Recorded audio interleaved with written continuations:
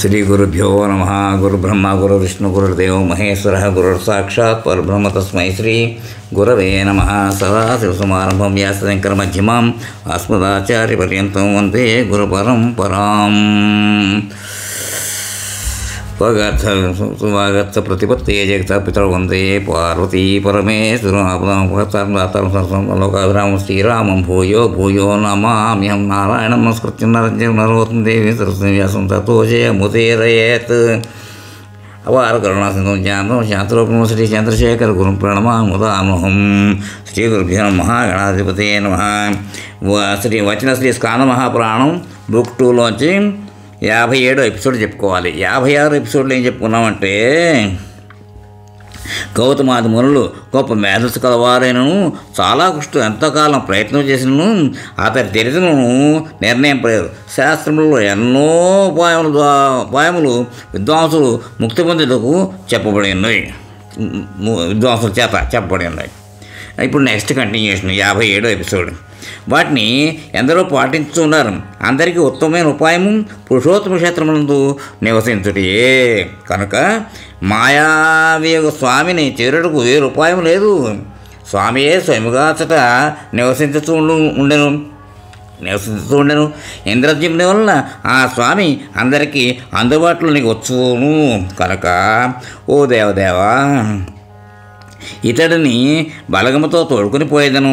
అశ్వమేధం చేయుటకు దీక్ష ఇప్పించి, ఓ శివ, నీ పాదముల వద్దకు వచ్చేదను. జయముని ఇటు చెప్పిన అట్లే అని శివుడు అతట్నే అంతర్ధానమయ్యను.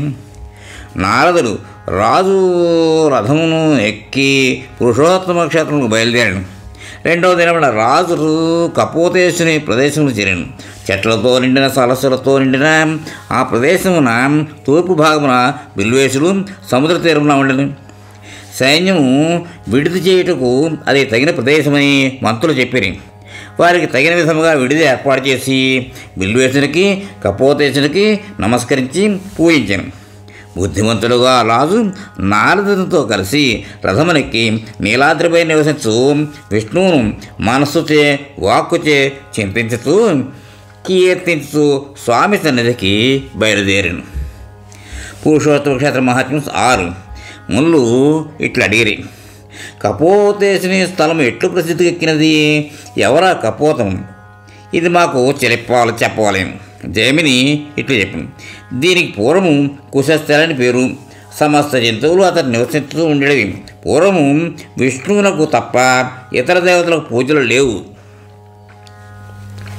అప్పుడు శివునికి తాను కూడా అట్లు పూజింపబడవాలని తలచి విష్ణుభక్తి కలిగిన వాడై మిక్కిలి చింతించుతూ గొప్ప తపస్సు చేసి విష్ణువును సంతోషింపజేయుదును. దోషం లేని మనసుతో అంతర్యాగమును అవలంబించును. భక్తులకు తనను తాను సమర్పించుకున్నవాడు చరాచరములకు గురువగు విష్ణువు ఆరాధించును అని నిశ్చయించుకుని పుణ్యస్థలముకు కుశస్థలకు వెళ్ళి నీలాద్రికి సమీపమున ఆకలి దప్పులు శీతోష్ణముల వంటి ద్వంద్వములను వదిలిపెట్టాను. శివుడు 8 రూపములు కలవాడైనను పావురము వలె సూక్ష్మమైన రూపము ధరించాను.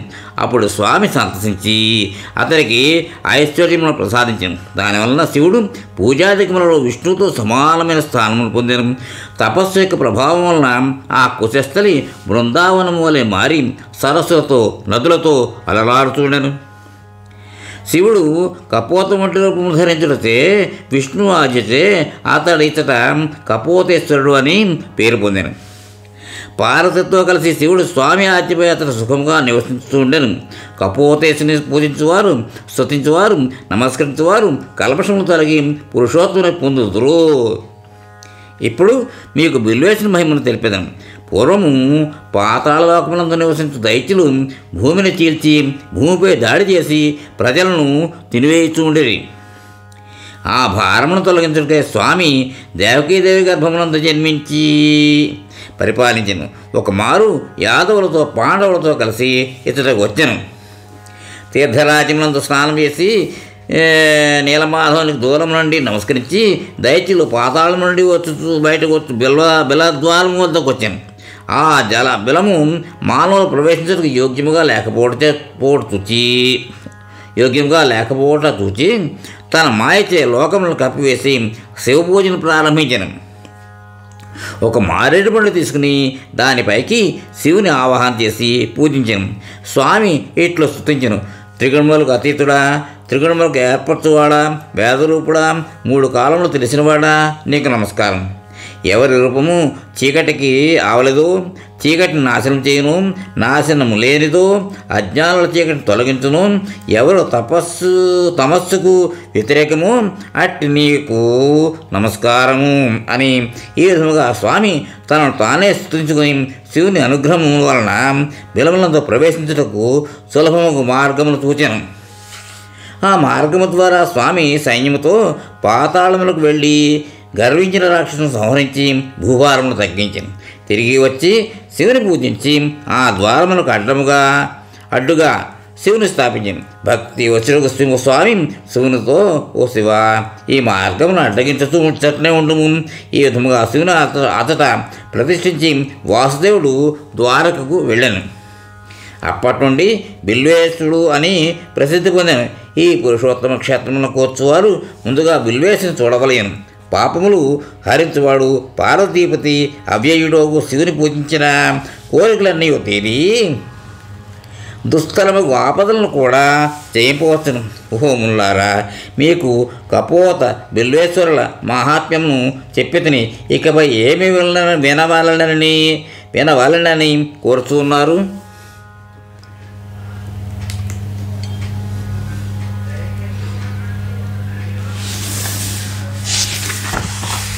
పురుషోత్తమ క్షేత్ర మహాత్మ్యం 7. మునులు ఇట్లు అడిగిరి: రథమునెక్కి వెళ్ళిన ఇంద్రజ్ఞుడు నారదుడు ఎచ్చటకు వెళ్ళిరి, ఏమి చేసిరి, మాకు చెప్పుము. జైమిని ఇట్లు చెప్పిండు: రాజు పురోహితుని తమ్ముడు విద్యావతితో కలిసి క్షేత్రంలోకి చివరనున్న శివుని వద్దకు వెళ్ళిరి.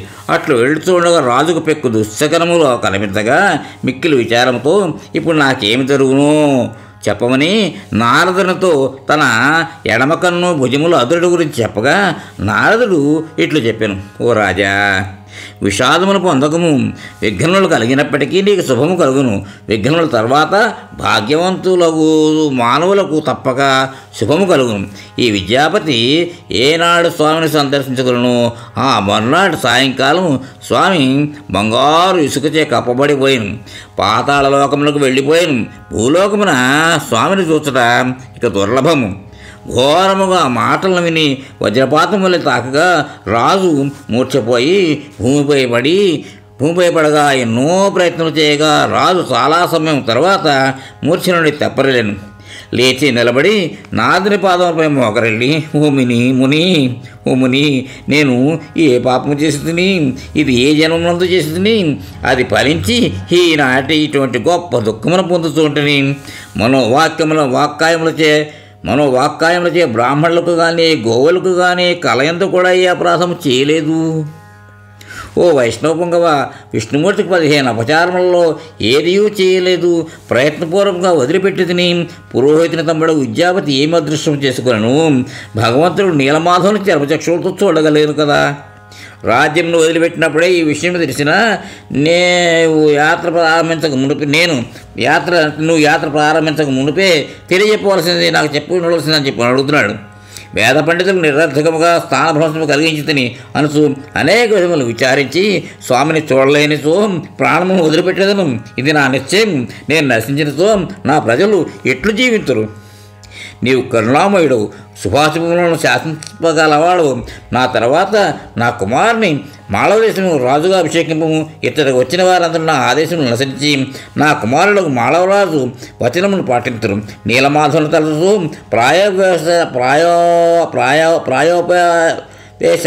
ప్రాయోపవేశ విధిచే జీవిత శేషమును ఈ క్షేత్రముందే గడిపివేతును. జైమిని ఇట్లు చెప్పాను: ఈ విధముగా రాజు విలపించుతూ ఉండగా బ్రహ్మకుమారుడు నారదుడు రాజును లేపి స్వాంతనపరచుతూ మాటలతో ఇట్లను నారదుడు ఇట్లు చెప్పాను: ఓ రాజా, నీవు పండితులలో మూర్ధన్యుడవు, వైష్ణవుడు, ధైర్యమును సాగరం వంటివాడు.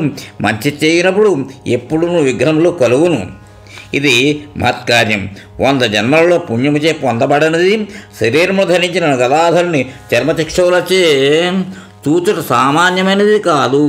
నిరంకుశముగా స్వామి లీలను అర్థం చేసుకోవడం చాలా కష్టము. జీవన్ముక్తుడైనప్పటికీ నేను అతడి లీలలను దాటి ప్రవర్తింపలేను. స్వామిని దర్శించుకొనలేకపోయితిని. కొన్ని 100 జన్మలు ఎత్తినప్పటికీ అతని మాయను అధిగమించడం సాధ్యము కాదు. నీవు భాగ్యవంతుడవు. ఏలనగా అతడి 3 రూపములు నిన్ను అనుగ్రహింపవాలని అనుకున్నది. చరాచరములను సృష్టించు ఆ పితామహుడే సాక్షాత్తుగా నన్ను నీ వద్దకు వెళ్ళమని చెప్పాను. నీలమాధను చూడగోరే రాజు నీలాద్రికి వెళ్ళును. యముడు ప్రార్థించుడే స్వామి అంతర్ధానమయ్యను. విచారించి లాభము లేదు, చేయగలిగినది లేదు. పురుషోత్తముడు స్వామిని ప్రసన్నం చేసుకుని రాజు 1000 అశ్వమేధములు చేసినంతనే శ్వేతద్వీపం నుండి తీసుకొచ్చేదను. ఇక కనుక ఇంద్రజిమ్నుడు పురుషోత్తమ క్షేత్రమును నివసించు 1000 అశ్వమేధములు చేయవలను అని పూర్తయిన పిదప తన కన్నులతో స్వామిని కొయ్యతో చేసిన 4 రూపములను నేను అప్పుడు ఆ కొయ్యతో ప్రతిష్ఠింపగలను.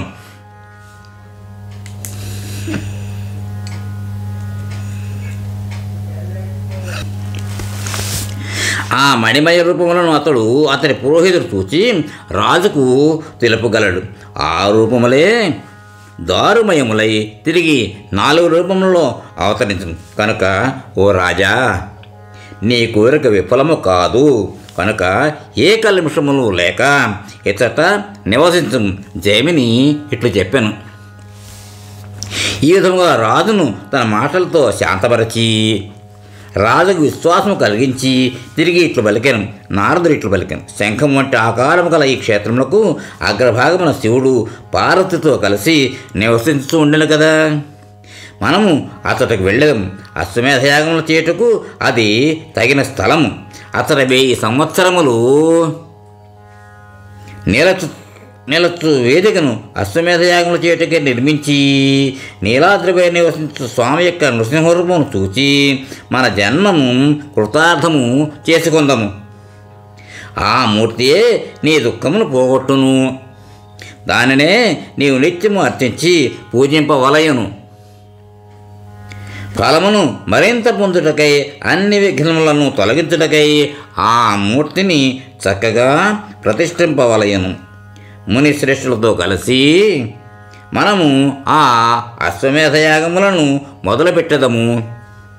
ఇది ఆలస్యం చేయరాని పని అని బ్రహ్మవాక్కు. పురుషోత్తమ క్షేత్ర మహాత్మ్యము 8. జైమినిట్లు చెప్పిన తర్వాత వారందరూ సంతోషముతో శివుని వద్దకు బయలుదేరి శివునికి పూజ చేసి దుర్గాదేవికి నమస్కరించిరి. ఇక్కడితోటి ఈ ఎపిసోడ్కి విరామం ఇచ్చి తర్వాత కంటిన్యూ చేద్దాం. స్వస్తి.